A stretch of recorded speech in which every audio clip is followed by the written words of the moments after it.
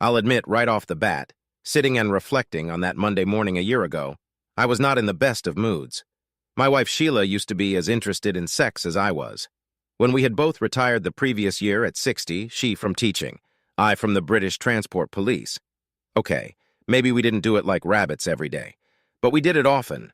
At first, sometimes twice a day.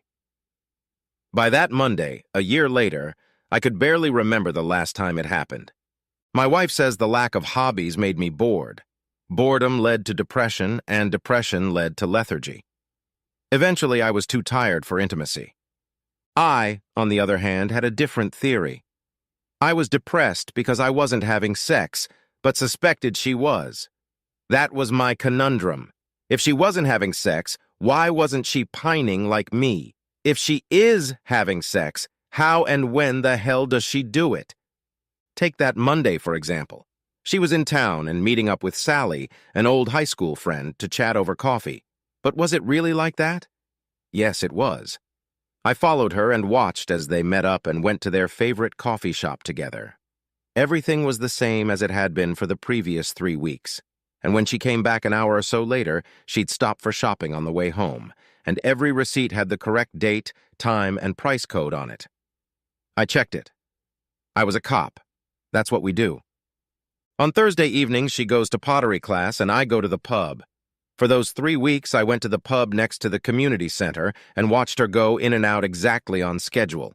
I even peered through the bloody window and watched her make a pot. There it is, finished and glazed, on the fucking table in front of me, standing there, taunting me. There's no doubt she really did it, just like she says she did. There are no other plausible opportunities for her to meet, hook up, shower, and return without my knowledge. So why do all my instincts tell me she's getting hers elsewhere? The penny dropped. That is, everything fell into place, the following Wednesday. Well, I say penny, but from the sound that went off in my head, it sounded more like an anvil. The first clues were given to me by the towels, and I'm sorry. Doesn't that make any sense? I'll explain. In our house, Wednesday is laundry day. This Wednesday, as I stretched sleepily in bed, Sheila came out of the bathroom with an armful of blue towels. "I'm going to put them in the wash now," she told me, "and will you please get the purple towels out of the closet and put them in both bathrooms?" The system was simple. She changes the towels once a week, and, alternating between the blue and purple sets, she was sure they were all changed regularly. "Will do," I agreed, and did what she asked me to do while she went downstairs to the back room. After breakfast, as I was putting a cup and plate in the sink, she yelled for me to check to see if the washing machine had finished its cycle. I opened the door and looked inside. No. I could see through the glass hatch that the towels were still spinning in the blue and white stain. I started helping her sort out our bed for the next load, pondering the same question that had been bothering me for weeks now. If she's cheating, how?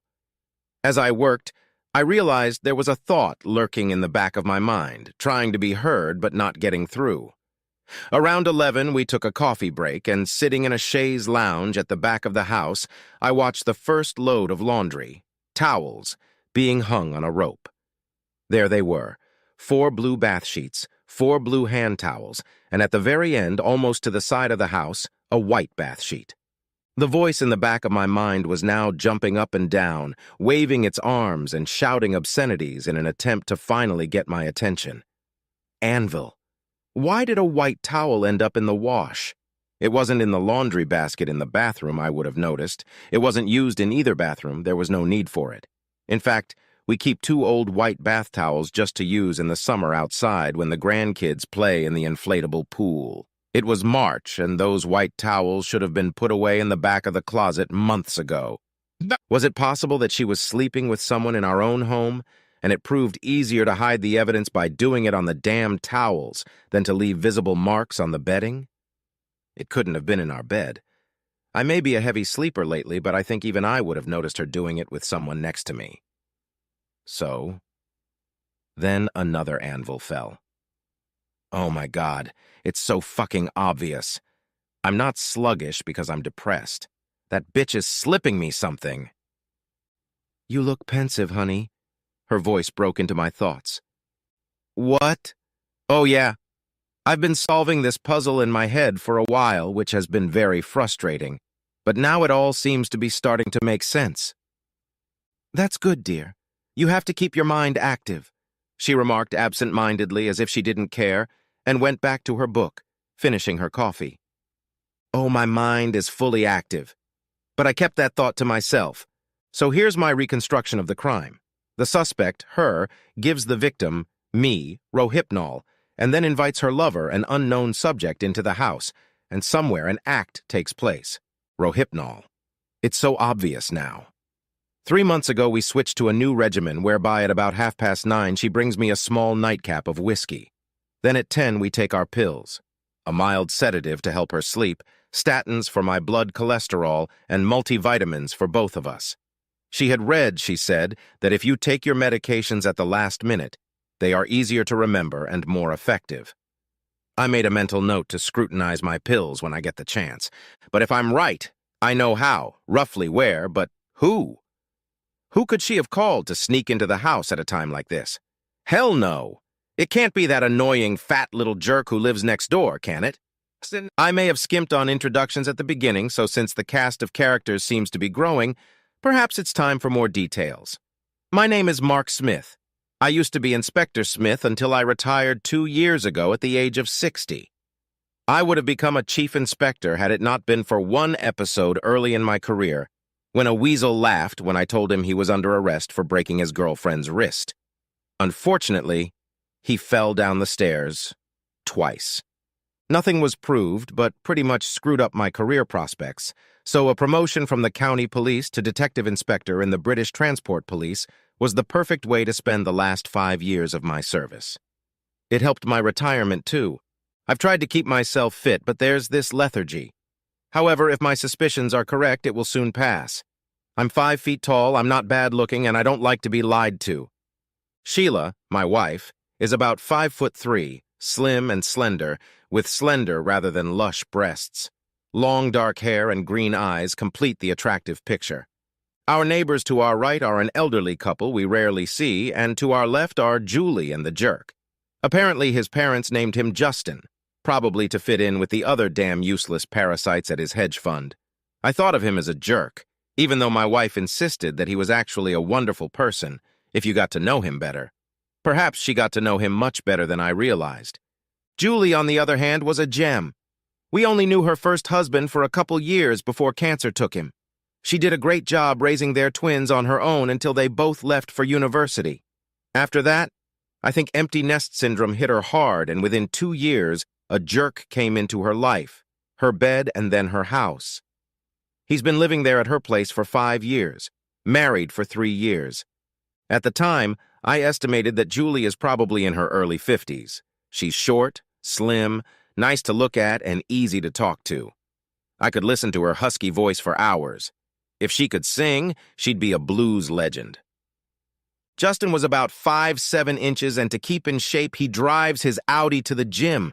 What a poser. He gives the appearance of good-natured charm, but if you listen to him closely, he's a sarcastic, arrogant little bastard.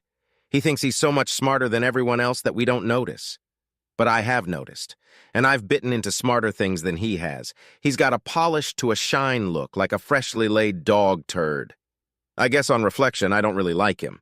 To be honest, I don't think he likes me either. So I have a plausible theory about who, how, and where, but no proof.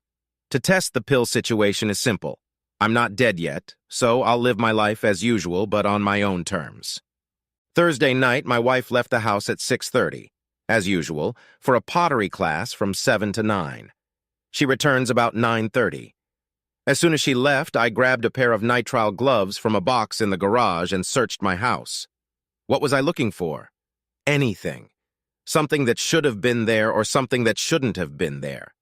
In everyday life, we notice things out of place, but when you investigate, it's the oddities, however mundane, that lead to clues. I checked the pills first. The ones she'd presented to me as vitamins were, as I suspected, prescription sedatives. The leaflet enclosed warned against taking them with alcohol. I had spit them out the night before, and in the morning, I felt like a new man. Over the next few hours, I surveyed every room, trying not to leave any trace of it. She doesn't need to know I've been busy. In the end, I decide that there are no obvious signs of sex in any of the spare bedrooms. The sheets are clean and, more importantly, look freshly ironed. I knew those sheets hadn't been washed recently. They hadn't used the bedrooms. Unfortunately, there was no sign of them in our bedroom either, but that's why I was so angry. I found the gold in a chaise lounge in the back of the house. Between the seat cushions of the three-seater sofa, I found a piece of foil. It's part of the wrapper from a ribbed condom, not one I've ever used. Now I know where. They must be having fun on the couch using the towel to catch all the, damn, I don't want to say it, drips. Ew. That image is going to have to change a bit. Presumably she throws the towel in the wash and then comes back to my bed. My marriage is over. Non-negotiable. I could divorce the cow without requiring any proof of her infidelity, but it's so, unsatisfactory. Some cunt gets sex I'm denied. Payback required. I've never considered myself petty. I can rise above most trifling insults, but disrespect of this magnitude, no. It demands a nuclear response, and I wanted to cause fucking Armageddon. Over the next few days, sitting in silence and planning my campaign, I noticed how disinterested my wife was in my mood as, now that I thought about it myself. I didn't care about her either, but I'm the only one of us who knows we're getting a divorce. So every night I smiled, took my pills, and spit them out every night, barely with her back turned. It was midnight Saturday night, or Sunday morning if you prefer, when I was awakened by the vibrating ring of her phone. I lay silent, feeling her move and then get out of bed. She walked across our room to the door and slipped outside. I heard her open and close the linen closet door on the landing, and then silence. Despite all my bravado, I felt sick to my stomach. I knew I could go downstairs to see if she was cheating, but I didn't really want to see or hear it happen. I could have barged in and interrupted them, confronted them. It would have been awkward for them, but I wanted much worse than damn awkward. I could barge in and beat the little bastard half to death, but then the two of them would pose as the victim, and I'd end up in jail. Remember, I was a cop. Every year there were 365 chances inside for some little asshole to make a name for himself by beating me up. Anyway, knowing my luck, that prick would probably die and I'd be lucky to spend the rest of my life in protective custody with child molesters. So if I want truly powerful revenge, I require them to think like they're still in charge. That means letting that little asshole have my wife until I'm ready. No fucking way. That's not gonna happen. I have a spare home alarm remote taped to the underside of my bedside table. Going downstairs to let the little jerk in, Sheila had to turn the system off. I gave them a couple minutes to get comfortable. I know, I'm a romantic at heart. And then I pressed the panic button. Well, I was the one who just pushed the damn button, and the chaos it caused in the house shook me to the core. What it did to Justin is impossible to even imagine. It definitely ruined his love ambitions for the evening as I watched him leap out of the back of our house to safety. The alarm had gone off. Sheila must have rushed to the main panel and canceled the alarm. I knew she didn't know how the alarm system worked, beyond arming and disarming it. I tried to explain it to her when we installed the system, but she was stumped and I gave up. I was sure she would think like she had done something wrong and it set off the alarm. I heard her open and close the linen closet door before she went back into our room. I couldn't resist trying to push her buttons. "Did you just walk in?" I asked, mimicking how I'd sound if I'd been roofied. "Where have you been? Is it late already?" "I had to go downstairs to turn off the alarm," she growled at me. "What set it off?" I asked innocently. "It doesn't go off if there's no one downstairs. I'll go and look." "No!" she shouted. "You can't go downstairs in your—" She was going to say, "condition." She knew that if I tried to go downstairs in my drugged state, I'd end up in an ambulance at best and a hearse at worst. That would open up a whole can of worms, and she was smart enough to realize that. I'd already gone downstairs and set the alarm, but there was no one there. I checked all the doors and windows, so go to bed, she told me. I did, and slept like a baby. For the rest of the weekend, Sheila managed to keep her legs together, and I spent an agonizing 10 minutes every time she showered reading a text message on her phone. I helped set up the lock screen, so even though my fingerprint didn't work, I knew her backup access code. They were so damn arrogant that they set up midnight dates via text. That told me two things. They slipped Rohypnol and Julie, and they're totally fucked. By Sunday night, the slut and the jerk had recovered from the psychological trauma of Saturday night and agreed to meet at 11:30 on Tuesday night. This suited me to the core. I had a plan that didn't require much preparation, as long as I could talk to Julie first. On Monday, Sheila went to meet Sally, as usual, and Justin's car disappeared from the neighbor's driveway. I just prayed that Julie was working from home like she usually does. That's how it turned out. "Hi, Mark," she said with a sweet smile as she opened the door. Her smile faded when she saw the look on my face.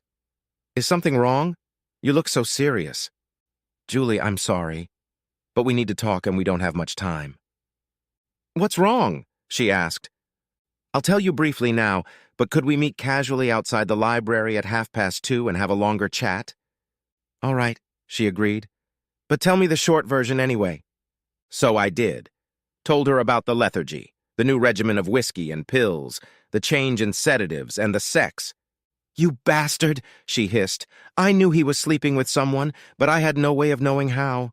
Would it surprise you to know that Justin brings me some sherry every night to calm my nerves and a vitamin pill to boost my immune system? No wonder my head's a little foggy all the time." "How angry are you?" I asked. "Because I want to bury this couple, but I'll go to jail if I hurt them as much as they deserve." "I agree," she replied. "Clearly I can kick the little asshole out, but I want to hurt him too. Hard." "I have an idea," I said. "And if we do it right, we'll be the victims and they'll get what they deserve." "I'm in," she announced. "I haven't told you how yet." "It doesn't matter. As long as it rains misery and shit on them, I'm in. This is the first time I've been alone with this woman, and I like her already. Beautiful, smart, and vindictive. What's not to like? I told her my plan. It was simple, required no contrived situations, almost no lies, and the police would do all the hard work for us. "Okay," she said. "Give me the rest of the morning to think it over, and I'll see you casually this afternoon." "Oh, by the way," I added, getting ready to leave, "if the police ask you when we last spoke, it was about a spare cable for the printer. I'll swing by town after lunch to pick it up." She grinned. "I'm sorry I won't be able to help you. I'll see you later." And I left. We met up after lunch, and I showed her the cable I'd managed to buy. The old one had apparently been accidentally thrown away. In fact, there was almost nothing to clarify. My plan was simple and easy to execute. Our two biggest problems were not doing or saying anything clever to our cheating spouses so they wouldn't think we had figured them out, and agreeing to accept our roofies on Monday and Tuesday nights, albeit on our terms, like the good little cuckolds we were. On Tuesday, I decided to clean up the garage. I was getting increasingly angry seeing signs that Sheila was getting ready for another date at my house, so I tried to keep my distance and keep my composure. She vacuumed and cleaned up the sunroom, and I noticed a white towel lying in the linen closet, ready to lay on the chaise lounge so they could lounge on it. I didn't contact Julie again, as it was important that whatever we did was business as usual. That evening, at 10 o'clock, Sheila brought me a large glass of whiskey and my pills.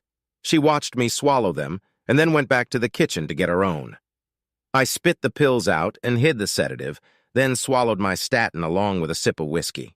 My tox screen was going to be consistent. By 10:30, I should have been tired, so I whimpered a little that I couldn't keep my eyes open until she told me to just go to bed. So I did, but tried not to doze off, focusing on why she apparently thinks it's okay to behave this way with me in conjunction with him, after almost 40 years and 2 kids. Not just cheating, but under my own roof, after she drugged me. It's heartless. About 15 minutes later, I heard her go to bed, and I played dead. After checking on me, she went to the bathroom, and I heard the shower running. Then she brushed her teeth. When I heard her flush the toilet, I took the sedative I had previously saved and played dead some more. At 11:30, her phone buzzed on the bedside table.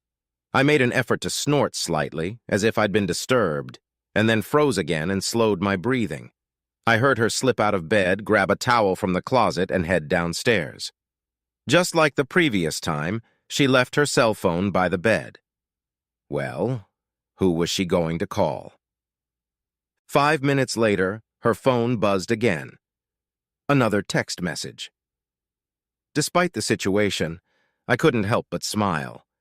It was a message from Julie, asking why Justin was knocking on the door of our glassed-in veranda, the sunroom, asking if we were okay.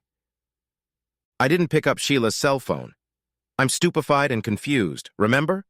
Then my phone rang. Again it was Julie. Again I didn't answer, but it was a signal that I was awake. I went downstairs, trying not to alert them, and stopped in the kitchen near the partially open door. I could hear them having sex, and I felt so disgusted and hateful. What had I done that made her think like I deserved it? If she didn't love me, she could just leave me. But why would she do that? And with that pompous asshole? There was a dim desk lamp burning in the sunroom, and thanks to it and the light from the oven's LED display, I could see well enough to pick up the rolling pin from the countertop where I'd left it. If the police found that too convenient, I would point out that I was in the kitchen surrounded by a dozen or more alternatives for potential weapons.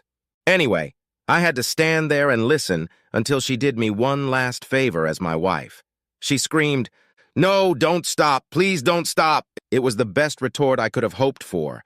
I burst into the room screaming, "Get off my wife, you bastard!" which I meant, and "Don't worry, love, I'll save you," which I didn't. The asshole twitched mid-motion like a frightened meerkat, and I gave him a damn good sidekick to the side of the head with the rolling pin. The clumsy little asshole staggered, however, and given that I was already partially drugged, the next one was a harder blow than I intended. He fell as if struck by a pole, still immersed in my unfaithful wife. I spotted Julie's face through the window as I played out my last part of the play. "Are you okay, love?" I muttered as she started to scream. "Don't worry, he won't be able to hurt you anymore." Then I gently collapsed on top of them, trapping her under her lover's body, and pretended to pass out. Eventually, the drugs worked properly, and the pretense became reality. As my scene played out, Julie recounted the following. Around 10 o'clock, as had become their habit, Justin brought her a large glass of sherry and a vitamin pill for her immune system. She took them both. Shortly afterward, however, she was in the bathroom and had a coughing fit and threw up in the sink. She didn't say anything to her husband, as he was watching TV, and just yelled downstairs to say she was going to go to bed early. He joined her in bed shortly thereafter, but after a while he got up and disappeared. Then she heard a noise like the sound of a door closing, and when he didn't return, she called out to him, but he didn't answer. Still sleepy and confused, she looked out of her bedroom window and saw him in the garden by the patio doors overlooking our sunroom. She texted Sheila's number to see if we were okay, and then called me when Sheila didn't answer. When I ignored my phone as well, she decided to find out for herself what was going on. When she followed Justin into our garden, she was stunned to see through the sunroom windows her husband having sex with my wife on the sofa. She was shocked, but so outraged by his betrayal that she videotaped them until I burst into the room, possibly drunk, and apparently under the impression that my wife was being raped by a stranger, hit Justin on the head, and then fell over.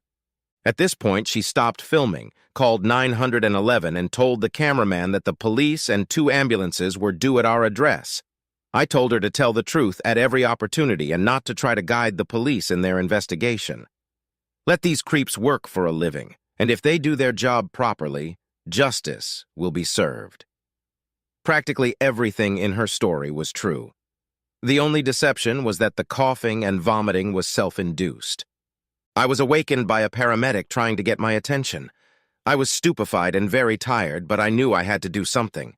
But what the hell was it? Ah, that was it. "My wife," I muttered.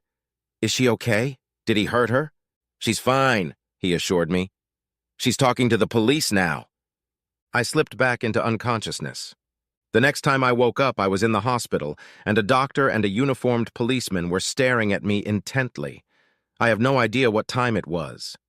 The doctor was the first to speak. "The attending paramedic was concerned about your reactions to stimuli. It appears that you may have been under the influence of drugs and/or alcohol. I'd like to take your blood for a blood test if you agree." I nodded in agreement and slurred my words. "Do what you need to do, Doc. I've got nothing to hide." He took the sample, and I fell back on the bed and fell asleep. The next morning, I woke up around 9 o'clock. I got up slowly and noticed another uniformed cop sitting next to the door. He looked to be in his early 20s. "Are you all right, sir?" he asked politely. "I think so," I answered. "But I have no idea why I'm here. I'll leave it to the boss to explain himself if you don't mind. It's beyond me." Shortly afterwards, a nurse came in and, seeing that I was finally awake, offered to bring me tea and toast. God, I love the NHS, the Public Health Service. While she was checking my blood pressure and temperature, the policeman came out and I heard him talking quietly into his walkie-talkie. He was still talking when he came back into the ward. "Of course, sir. Yes, I'll tell him now." The nurse left, promising to send someone over with my belated breakfast, and the cop walked over to the bed. "Boss is on his way here on another case right now. Should be at our place in half an hour or so." He gave me a hard look. "Do you agree to wait, sir?" he asked. I smiled crookedly. "Quite, because we both know that if I try to leave, you'll have to arrest me. That will make you angry, and I'll have to eat breakfast in handcuffs. Let's be civilized, shall we?" He grinned at my answer. "It's nice to deal with a professional, sir. It makes things a lot easier." Then a thought struck him, and he poked his head out the door and spoke to a nurse who walked by. He came back and sat down and started leafing through a Country Life magazine that had been left on a table near the door. He saw me looking at him. "What? Oh, I've just said you're about to be arrested, so we'd both appreciate a cup of tea as soon as possible." Sure enough, 10 minutes later I was eating toast. We were both drinking beer and chatting about the abysmal performance of the England cricket team in the second test in Australia. An hour after that, I was in an interview room at the local police station, arrested on suspicion of assault occasioning actual bodily harm. The investigator introduced himself and repeated the warning. He asked if I understood everything. I wasn't playing games. This offense threatened serious time if I was charged and convicted. Yes, I understood everything. He asked me to recount what had happened the night before. I told him more or less factual information. My wife brought me a drink and some pills. I was so tired that I had to go to bed. Something woke me up. My wife was neither in bed nor in the bathroom, so I went downstairs. I heard a noise like two people fighting, so I grabbed the first thing I could get my hands on and rushed into the sunroom. But I saw a man raping my wife while she was screaming for help. I thought I remembered hitting him, but then I couldn't remember anything else until the doctor woke me up. "Is my wife all right?" I asked. "No one is talking, but I seem to remember someone telling me she was fine." He looked at me with a long, thoughtful look. "She's been arrested too. You collapsed on top of the other man, pinning her down. Apparently, when the paramedics managed to move you both to free her, she tried to attack you with the same rolling pin you were using." I was genuinely offended by this, so my hurt look was genuine. "Why? He wanted to rape her, didn't he?" "Don't you know who the gentleman was?" he asked. I admitted that I didn't know. It was dark and he had his back to me. My mind was all fuzzy too. I don't remember much at all. "It seems," he said softly, "you have interfered with your wife and her lover, your neighbor, Mr. Justin Clark." I just stared at him. I knew that fake surprise or any other melodramatic reaction would cause a shudder, so I just stared at him, like a man trying to reconcile the obvious truth with the knowledge that it couldn't be true. "Can we assume you didn't know?" he asked. I nodded. I wondered, because she had seemed so detached lately. But she hadn't had the chance, had she? Even when we weren't in each other's company, I knew where she was.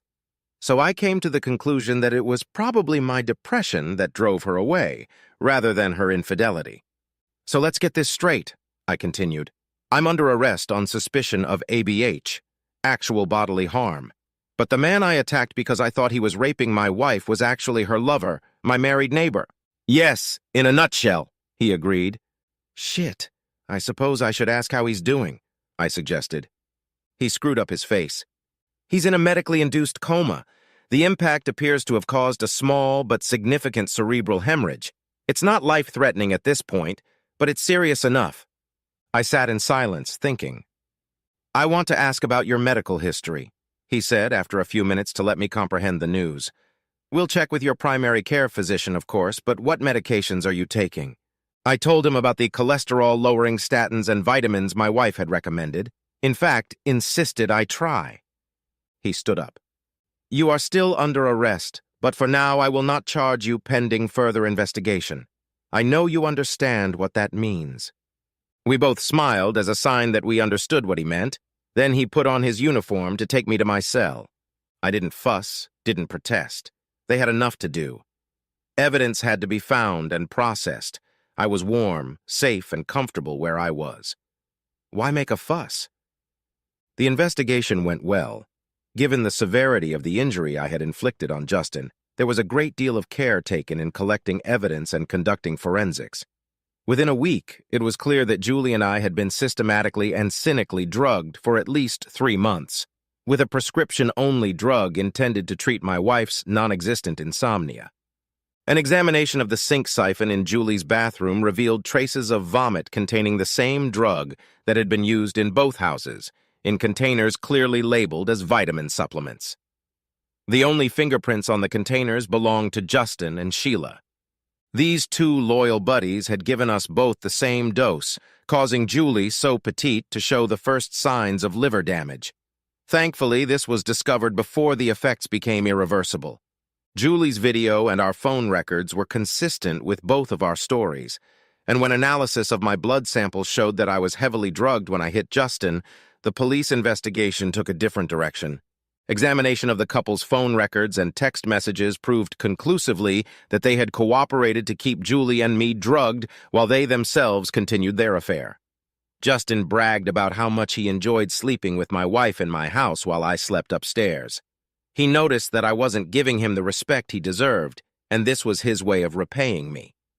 When I thought back to the content of some of my wife's responses, I rather wished I had hit that bitch with a rolling pin, too. It got even better.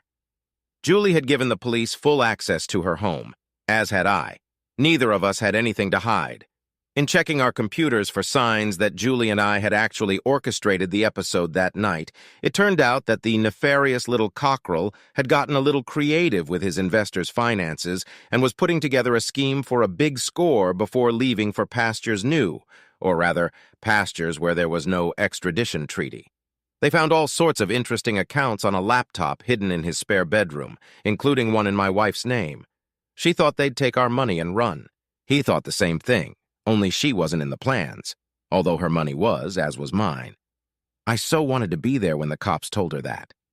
In the end, they were both charged with maliciously administering poison with intent to injure, hurt, or annoy another person under Section 24 of the Offenses Against the Person Act, 1861. The maximum jail term, if they are found guilty, is 5 years. They were also charged with conspiracy to defraud. Although Sheila did not work in the financial industry, her text messages to Justin demonstrated her awareness and active participation. The maximum prison sentence was 10 years. Justin was discharged from hospital straight to the police station. Both were under investigation prior to the trial. My wife was sentenced to 2 years in prison for abuse of office and 2 years for conspiracy to commit fraud. Both sentences will be served concurrently.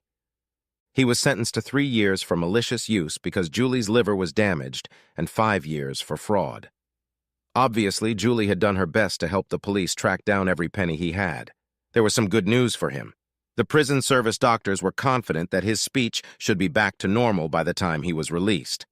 However, God only knows what he will do for a living when he is released. The police have confiscated most of his property under the Proceeds of Crime Act, and even his old school friends were reluctant to give him a job involving money. But that wasn't all. Oh my goodness, no.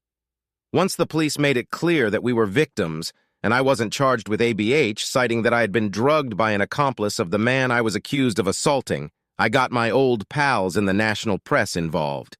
Julie and I, of course, maintained a dignified silence. We had been horribly betrayed by people we trusted and needed space to think. The publicity was received with joyous exasperation. Sheila and Justin were vilified at every turn. No one, not one commentator, not one talking head, could find a single excuse for their behavior. Julie, in particular, was so charming that no man or woman could understand how Justin could leave her bed for any other. Me, not so much. Our two children were in court throughout the whole process. I couldn't sit with them until I testified and was released. I was only on the witness stand for 20 minutes. Offensive testimony was given by forensic experts. My blood tests, Julie's liver damage, the vitamin containers, the texting, the financial forensics. Why that stupid bitch let Justin convince her to plead innocent was a mystery to me. In their texts, they pretty much confessed to everything. Like I said, he thought he was so smart. No!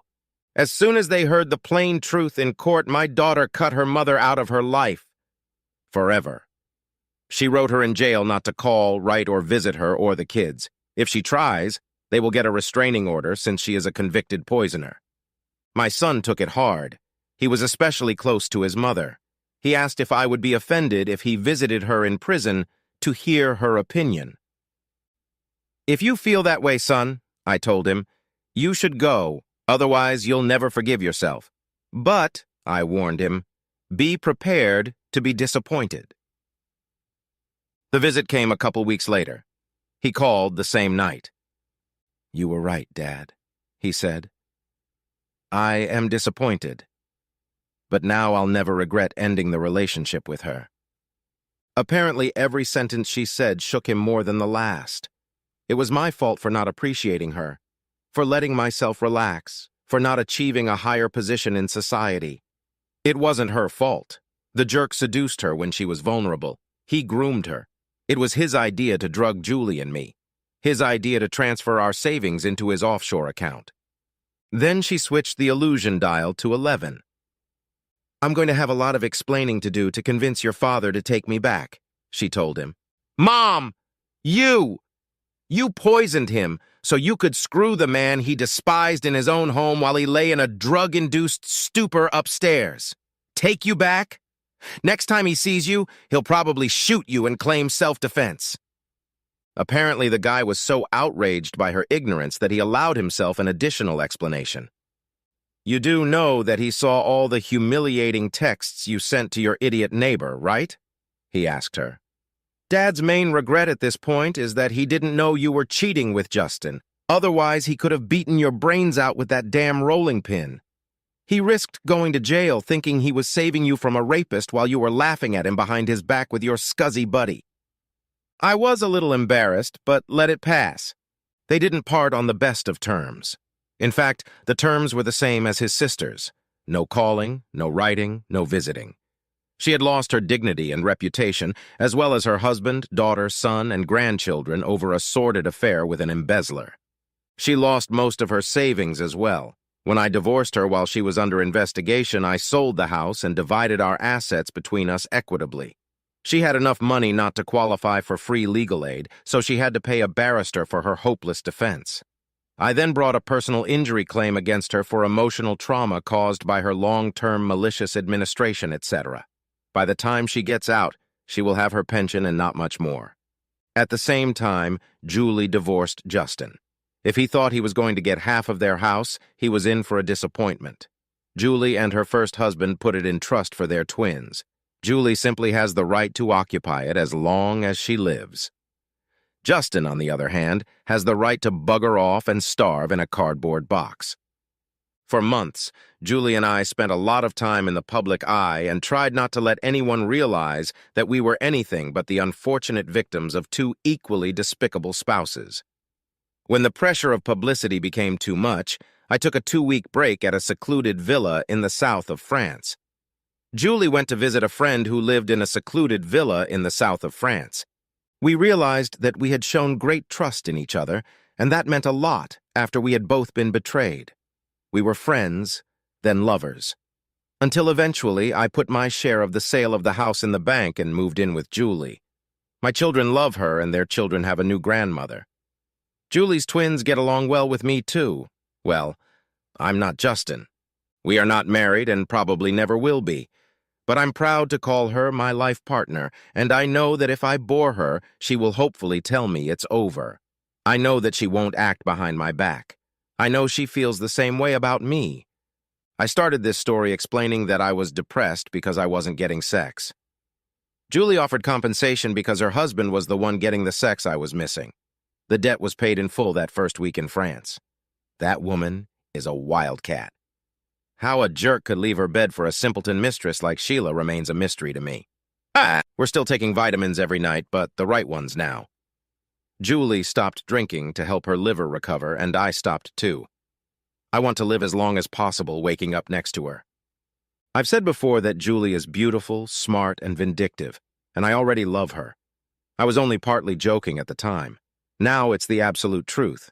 She lost her husband to cancer, raised 2 kids alone, and was betrayed by that bastard.